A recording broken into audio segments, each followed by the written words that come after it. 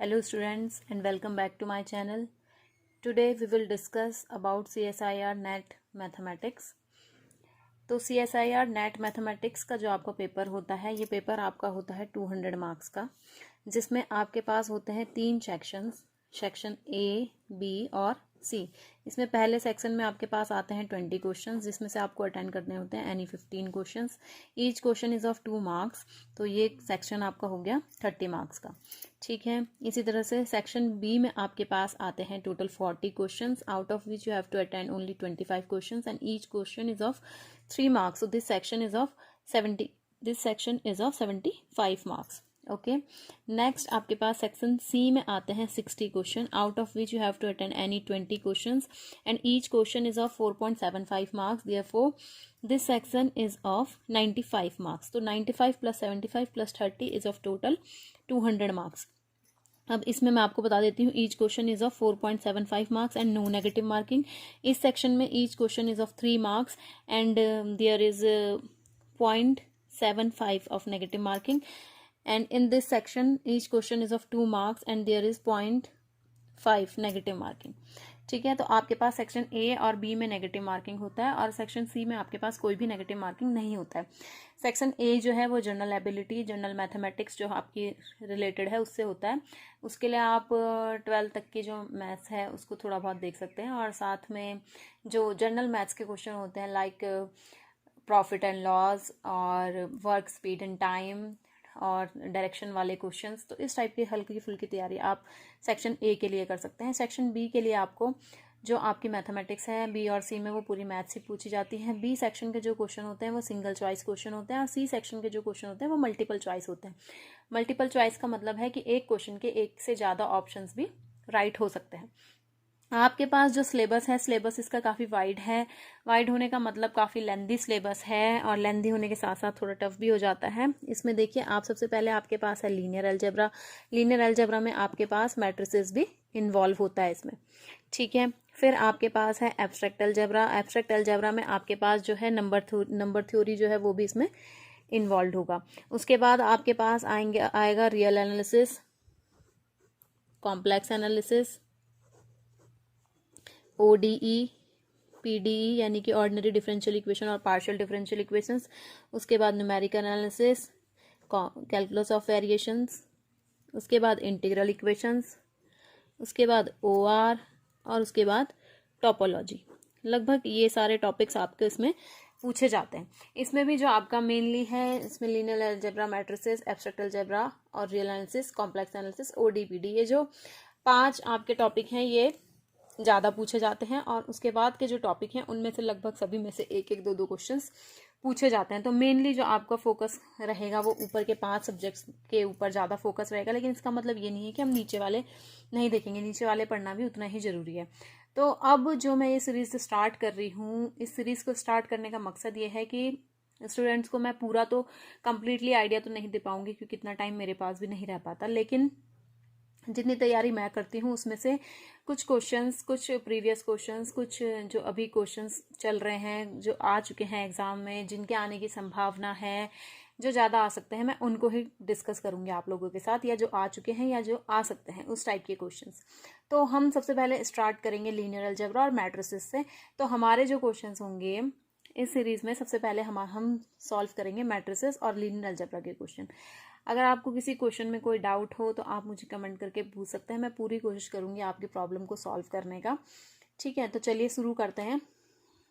Paper का pattern आप सभी समझ ही गए हैं। और हाँ, इसमें आप अगर जनरल कैटेगरी से हैं तो आपको क्वालिफाई करने के लिए नेट के लिए आपको कम से कम 100 मार्क्स चाहिए और JRF के लिए कम से कम आपको 110 अगर मार्क्स हो तो आपका आराम से आप कह सकते हो कि आपका नेट या JRF क्लियर हो जाएगा। ठीक है, बाकी और कैटेगरी वाइज धीरे धीरे इसमें मार्क्स कम ज़्यादा कैटेगरीज के लिए हैं, लेकिन जनरल कैटेगरी में आपको बता देती हूँ इतने मार्क्स आपको चाहिए ही चाहिए। ठीक है, तो चलिए स्टार्ट करते हैं। हमारा पहला क्वेश्चन है the rank of the matrix this is equal to what. देखिए, आपको जब भी किसी मैट्रिक्स का रैंक फाइंड करना होगा तो रैंक फाइंड करने के बहुत सारे तरीके होते हैं। हम जो हमारे ऑपरेशंस होते हैं वो अप्लाई करते हैं, लेकिन सबसे पहले हमें चेक करना चाहिए कि हम सबसे पहले उस मैट्रिक्स का डिटर्मिनेंट चेक कर लें। एक बहुत ही अच्छा मेथड होता है, क्योंकि अगर डिटर्मिनेंट जीरो है तो रैंक ऑर्डर से कम होती है, अगर डिटर्मिनेंट आपका नॉन जीरो है तो रैंक ऑर्डर के इक्वली हो जाती है। ठीक है, क्योंकि अगर डिटर्मिनेंट जीरो होगा तो जाहिर सी बात है एक रो उसमें जीरो आ जाए, एक आइगन वैल्यू जीरो आ जाएगी। जब एक आइगन वैल्यू जीरो आ जाएगी तो मैट्रिक्स की रैंक खुद ही उससे ऑर्डर से कम हो जाएगी। तो सबसे पहले हम इस जो हमारा मैट्रिक्स हमें गिवन है, हम सबसे पहले इस मैट्रिक्स का क्या कर लेते हैं, डिटर्मिनेंट कैलकुलेट कर लेते हैं। तो डिटर्मिनेंट कैलकुलेट करना आपको पता ही है, बहुत ईजी है, 12th की क्लास में आप सीख चुके हैं। 0 multiply by this and this cancel होकर जो भी आए, ये तो जीरो से जो भी मल्टीप्लाई होगा वो जीरो ही हो जाना है। ठीक है, फिर minus eta multiply by minus eta into zero zero minus eta square. Okay, then minus eta multiply by eta square minus zero. तो ये हो जाएगा आपके पास eta into eta square eta cube की वैल्यू होती है माइनस आइटा, और ये हो जाएगा आइटा स्क्वायर इंटू आइटा यानी कि आइटा क्यूब, ये भी माइनस आइटा। तो ये आ रहा है आपका जीरो, यानी कि आपका डिटर्मिनेंट जीरो आ रहा है। तो इसका मतलब आपका क्या है, जो रैंक है वो 3 तो हो नहीं सकता, 3 से कम ही है, और 4 तो बिल्कुल भी नहीं हो सकता, क्योंकि रैंक जो होगी वो या तो ऑर्डर के बराबर होगी या उससे कम होगी, इससे ज्यादा तो कभी हो ही नहीं सकती। तो 4 तो आपका शुरू में ही एलिमिनेट हो जाएगा, 3 भी आपका एलिमिनेट हो चुका है। अब आप चेक करेंगे कि क्या इसकी रैंक 2 हो सकती है। तो 2 के लिए आप क्या करेंगे, कोई भी एक इसका उठा लेंगे, एक डिटर्मिनेंट बना लेंगे 2/2 का, कोई सा भी आप ले सकते हो, मैंने फर्स्ट वाला ही ले लिया। इसको कैलकुलेट करेंगे, इसकी वैल्यू कितनी आ रही है, 0 माइनस आइटा स्क्वायर, यानी कि इसकी वैल्यू आ रही है -1। अगर इसकी वैल्यू भी 0 आ जाती तो हमारी रैंक क्या हो जाती, 2 से भी कम हो जाती, लेकिन इसकी वैल्यू नॉन जीरो आ रही है, इसका मतलब हमारी रैंक जो है क्या है, इस क्वेश्चन में रैंक हमारी 2 होगी। ठीक है, तो ये क्वेश्चन इस टाइप से करेंगे। नेक्स्ट क्वेश्चन देखिए आपके पास है, the trace of the matrix this is equal to what. अब ट्रेस जो आप समझते हैं, ट्रेस क्या होता है, सम ऑफ आइगन वैल्यूज होता है। ठीक है, ये 3x3 का मैट्रिक्स है तो इसकी 3 आइगन वैल्यूज होंगी, लेकिन हमें उसने पूछा है ट्रेस ऑफ दिस मैट्रिक्स की पावर 20, यानी कि हमारा जो मैट्रिक्स है, सिंपली हमारा मैट्रिक्स ए है 2 1 0 0 2 0 0 0 3। अगर हम इसकी आइगन वैल्यूज की बात करें तो ये क्या है, एक अपर ट्रायंगुलर मैट्रिक्स है। अपर ट्रायंगुलर क्यों है, क्योंकि इसकी ये जो एंट्रीज हैं सब जीरो हैं। तो अपर ट्रायंगुलर मैट्रिक्स का जो आइगन वैल्यूज होती हैं वो सिंपली क्या होती हैं, उसके डायगोनल एलिमेंट ही उसकी आइगन वैल्यूज हो जाती हैं। तो यहाँ पे इसकी आइगन वैल्यूज हमारे पास हैं 2 2 और 3, लेकिन हमें तो पूछा है कि trace of the matrix this की पावर 20। तो यानी कि हमें क्या, ए की पावर 20 की सबसे पहले हमें आइगन वैल्यूज फाइंड आउट करनी होंगी। अब आपके पास देखिए, आप एक फॉर्मूला होता है कि अगर आपके पास ए की आइगन वैल्यूज दिस हैं तो ए की पावर एन की आइगन वैल्यूज कैसे निकलती है, हम इन्हीं आइगन वैल्यूज को वो पावर दे देते हैं एन में। ठीक है, तो यहाँ पे ए की आइगन वैल्यूज दिस थी, तो ए की पावर 20 की क्या हो जाएंगी, 2 की पावर 20, 2 की पावर 20 एंड 3 की power 20। This will be the eigen values of A to the power 20। Now we have to find the trace of this matrix. Trace क्या होता है, ट्रेस होता है सम ऑफ आइगन वैल्यूज, यानी कि 2 to the power 20 plus 2 to the power 20 plus 3 to the power 20। तो ये हो जाएगा 2 into 2 to the power 20 plus 3 to the power 20, यानी कि हमारा ऑप्शन इसमें सी करेक्ट हो जाएगा। ये क्वेश्चन जो है आपका जून 2018 में आया हुआ है। इसी तरह से मैं जितने भी क्वेश्चन आपको करवाऊंगी वो सब कभी ना कभी आए हुए क्वेश्चन होंगे, या फिर वही क्वेश्चन होंगे जिनका कि पूरा चांस होगा कि एग्जाम में वो पूछे जाएं। ठीक है, मेरी पूरी कोशिश रहेगी कि मैं आप लोगों को अच्छे अच्छे क्वेश्चन ही सॉल्व करवाऊं। ठीक है, नेक्स्ट है हमारे पास, देखिए if A is equal to this, दिख नहीं रहा है साफ से, if A is equal to this then determinant of A inverse is equal to what. इसमें हमारे पास मैट्रिक्स दिया हुआ है, बहुत ही सिंपल क्वेश्चन है। देखिए हमारे पास ये मैट्रिक्स है, डिटर्मिनेंट ऑफ ए क्या होता है, डिटर्मिनेंट ऑफ ए होता है मल्टीप्लीकेशन ऑफ आइगन वैल्यूज। ठीक है, अब यहाँ पे क्योंकि फिर से ये अपर ट्रायंगुलर मैट्रिक्स है तो इसकी आइगन वैल्यूज यही हो जाएंगी 1 4 और 1। ठीक है, तो आइगन वैल्यूज आ गई इसकी 1 4 1, यानी कि डिटर्मिनेंट ऑफ ए आ जाएगा हमारा 1 इंटू 4 इंटू 1 यानी कि 4। अब हमारी बात करिए डिटर्मिनेंट ऑफ ए इनवर्स, तो ए इनवर्स का जो डिटर्मिनेंट होगा वो क्या होगा, 1 अपॉन डिटर्मिनेंट ऑफ ए यानी कि 1 अपॉन 4। ये बहुत ही सिंपल क्वेश्चन था, इसका हो जाएगा आंसर सी। नेक्स्ट हमारे पास है question number 4, let A be a 3x3 matrix with real entries such that determinant of A is equal to 6 and trace of A is equal to 0 if determinant of A plus I is equal to 0, where I denotes the 3x3 identity matrix, then the eigenvalues of A are। ठीक है। इसमें सबसे पहले आपको समझना है कि एक मैट्रिक्स दिया हुआ है ए, जो क्या है 3x3 का मैट्रिक्स है, ठीक है, जिसमें रियल एंट्रीज हैं सारी, सच दैट उसका डिटर्मिनेंट 6 है। अब 3x3 का मैट्रिक्स है तो उसकी आइगन वैल्यूज भी कितनी होंगी, 3 होंगी, ठीक है। आइगन वैल्यूज के लिए λ1, λ2, λ3 हम ले लेते हैं। अब डिटर्मिनेंट क्या होता है, प्रोडक्ट ऑफ आइगन वैल्यूज, ये दिया हुआ है आपको 6 है। And trace A is equal to 0। Trace का मतलब क्या होता है, सम ऑफ आइगन वैल्यूज, ये दिया हुआ है आपको कितना है, 0 है, ठीक है। साथ ही साथ आपको दिया हुआ है determinant of a plus I is equal to 0। a plus I का जो डिटर्मिनेंट है वो 0 है। इसका मतलब डिटर्मिनेंट a प्लस आई 0 है, यानी कि a प्लस आई भी जो होगा वो भी 3x3 का मैट्रिक्स होगा। अगर उसका डिटर्मिनेंट 0 है, डिटर्मिनेंट अगर 0 हो जाता है यानी कि प्रोडक्ट 0 हो जाता है, इसका मतलब एक आइगन वैल्यू पक्का 0 होगी। यानी कि डिटर्मिनेंट ऑफ a प्लस आई अगर 0 है तो a प्लस आई की एक आइगन वैल्यू क्या होगी, 0 होगी।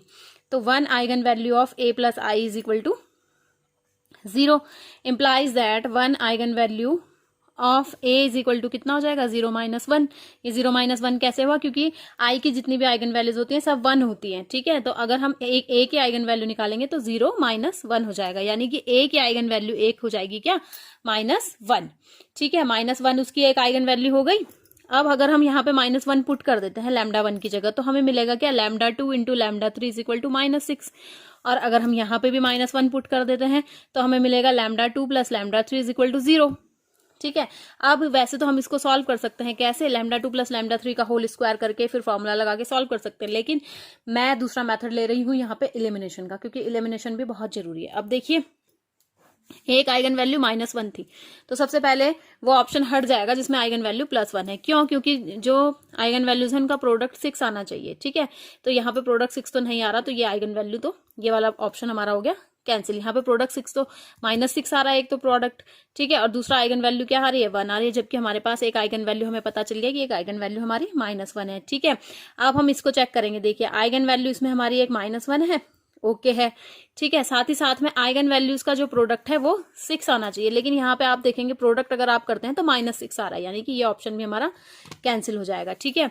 इस ऑप्शन को अगर हम चेक करें, एक आइगन वैल्यू -1 है, ओके है, प्रोडक्ट जो है हमारा 3 2 जा कितना आ रहा है, 6 आ रहा है, यानी कि ओके है। साथ साथ में हम चेक करेंगे कि हमारा जो तीनों का सम है वो क्या होना चाहिए, 0 होना चाहिए। तो तीनों का सम जरा देख लेते हैं, -3, -1, -4 और 2, यानी कि -2 आ रहा है। इसका मतलब ये ऑप्शन भी हमारा कैंसिल हो गया, ये तो पहले ही कैंसिल हो गया था, तो बचा हमारा डी ऑप्शन। अब हम डी ऑप्शन एक बार चेक भी कर लेते हैं, देखिए -1 इसमें इंक्लूडेड है, ओके है। तीनों का प्रोडक्ट जो है वो 6 आ रहा है, ओके है। उसके बाद तीनों का जो सम है वो 0 आ रहा है, देखिए 3 और ये -2, -1, 3, ये भी 0 आ रहा है।